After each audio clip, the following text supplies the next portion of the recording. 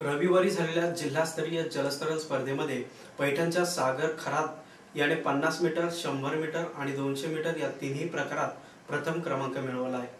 रविवारी जिल्हास्तरीय जलतरण स्पर्धा औरंगाबाद येथील महात्मा गांधी वैद्यकीय महाविद्यालयाच्या जलतरण तलावात संपन्न झाल्या। या स्पर्धेत सागर दशरथ खरात यांनी 19 वर्षाखालील वयोगटातील फ्रीस्टाईल प्रकारात 50 मीटर, 100 मीटर आणि 200 मीटर या तीनही प्रकारात प्रथम क्रमांक पटकावला। सागर खरातची विभागीय जलतरण स्पर्धेसाठी निवड करण्यात आली असून विभागीय जलतरण स्पर्धा 20 आणि 21 ऑक्टोबर रोजी परभणी येथे होणार आहे। सागर खरातला लहानपणापासूनच पोहण्याची सवय होती। तो वयाच्या 5व्या वर्षापासूनच वडील दशरथ खरात यांच्यासोबत पैठणच्या जायकवाडी धरणात पोहायचा सराव करत होता। सागर सध्या देवगिरी महाविद्यालय औरंगाबाद येथे 11वी विज्ञान शाखेत शिक्षण घेत आहे। सागरला जर प्रशिक्षित शिक्षणाचे मार्गदर्शन आणि पोहण्यासाठी तलावाची व्यवस्था झाल्यास तो विभागीय व राज्य स्तरावर चांगल्या प्रकारची कामगिरी करू शकतो। सागर खराच्या या यशाबद्दल गटविकास अधिकारी भास्कर कुलकर्णी, ग्रामसेवक पतसंस्था अध्यक्षा जिजा मिसाळ, पाणी टंचाई विभाग प्रमुख सुधाकर काकडे, माहेश्वरी भक्त निवास व्यवस्थापक श्रीराम काकडे,